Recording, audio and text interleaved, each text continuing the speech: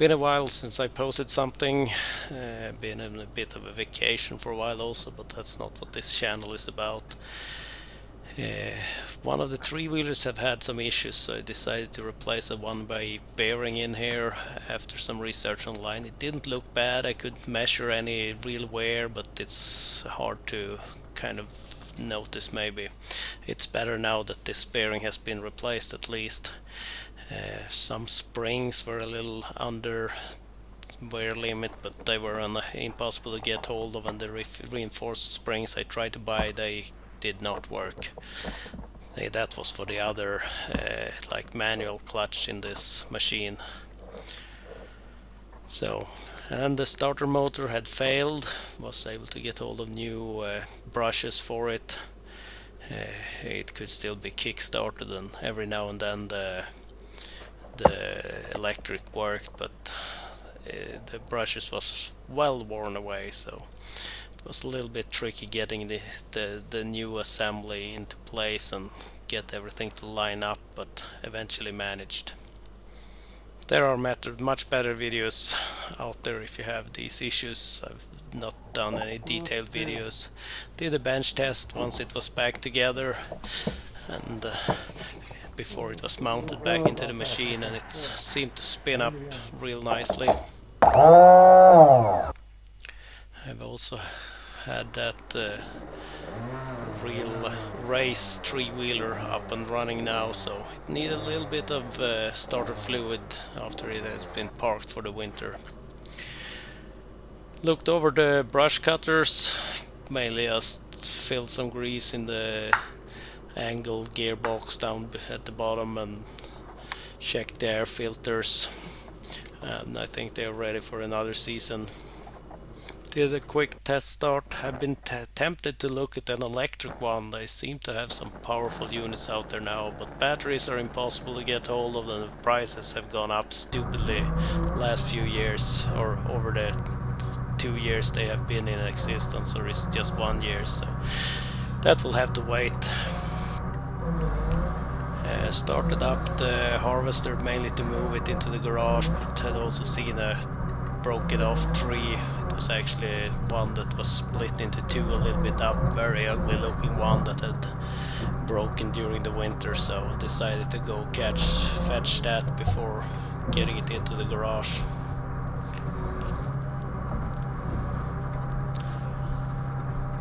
Yeah, did not want to cooperate and make its way through the harvester head, being as crooked as it was. If you follow my videos, you know we moved that little cabin over to where we're gonna do some work with the brush cutters this summer. We have one of these kerosene burners in there for a little bit of heat. Could be nice if you come back all sweaty, especially now early in the spring. All this is a little while back, but during May we've had quite a cold spring this year. That's good.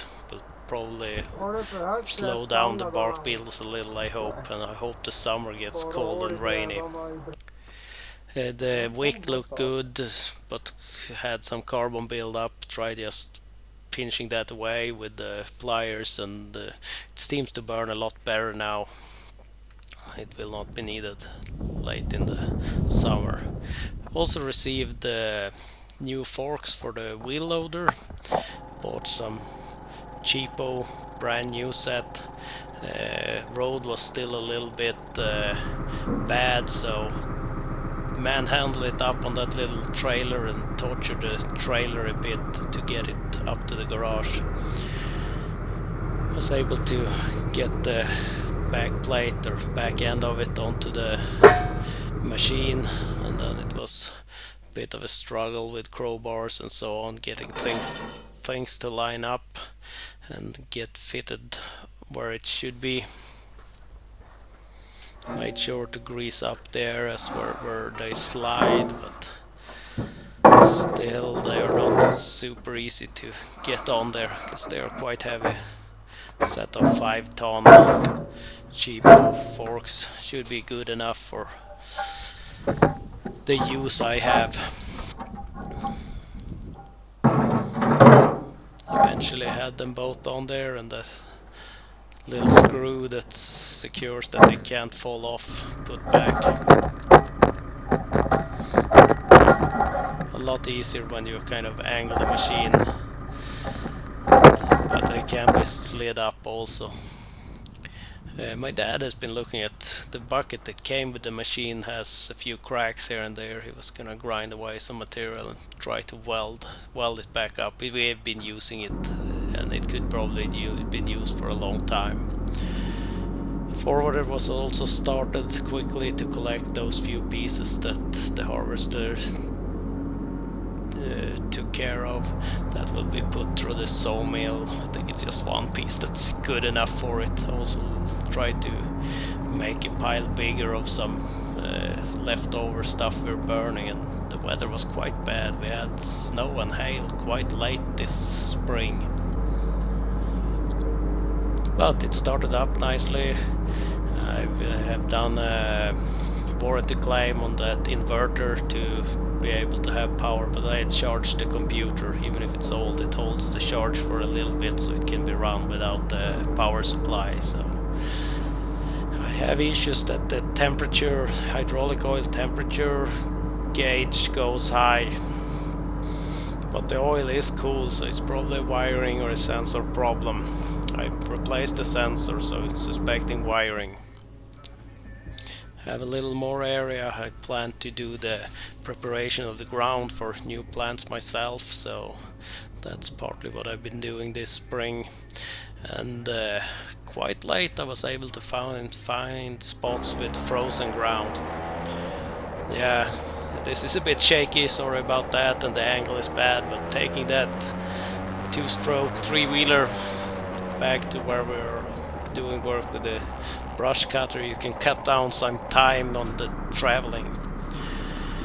First test with the new forks, bringing up some winter tires for summer storage, and for that they worked fine at least. Took them to be a little bit on the long side, so you see the tips easily when you handle pallets and stuff like that. On May 17th, Norwegian National Day, the swallows that live here in the garage arrived. And on May 18th I saw the first mosquito and figured that the bark beetles are starting to wake up then also. So out with the traps. I think we are around May 20th here that I placed them, or was it 19 and 20? It took me 2 days to get all of them out. So they have all been placed out, and see, I've checked a few of them that are near the road just a couple of days later, and there have been a few of them caught. Here the drum under the road had been clogged with ice, so I have some work to do there, fixing that section of road, get it a little better at least. Yeah, placing more traps. Next video will be going over the numbers, how the harvester performed with its measurement this winter. A little bit of a heads up, it was worse than last winter, but I also spent less time with calibrations. The new grease gun works fine now that it's summer and hot, no issues. It seems to be able to feed grease in a rate that is good.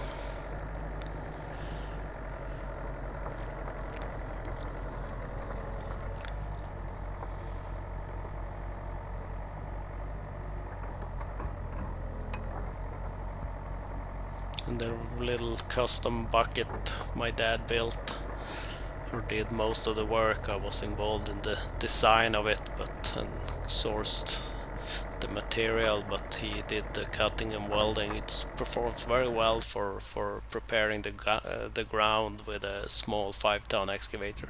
It's not super efficient, I know, but it's a small fuel efficient machine, even if a bigger excavator would do it quicker. And at the end we had moved the grates on the blade on the back of the tractor down a little because it was starting to wear away and needed to tighten the bolts. That will be it for now, and more videos will come. Hopefully some wrenching also. Will search for a few small oil leaks this summer is the plan, and maybe a few other things I have on the to-do list that I want to do. We'll see what I have time to do.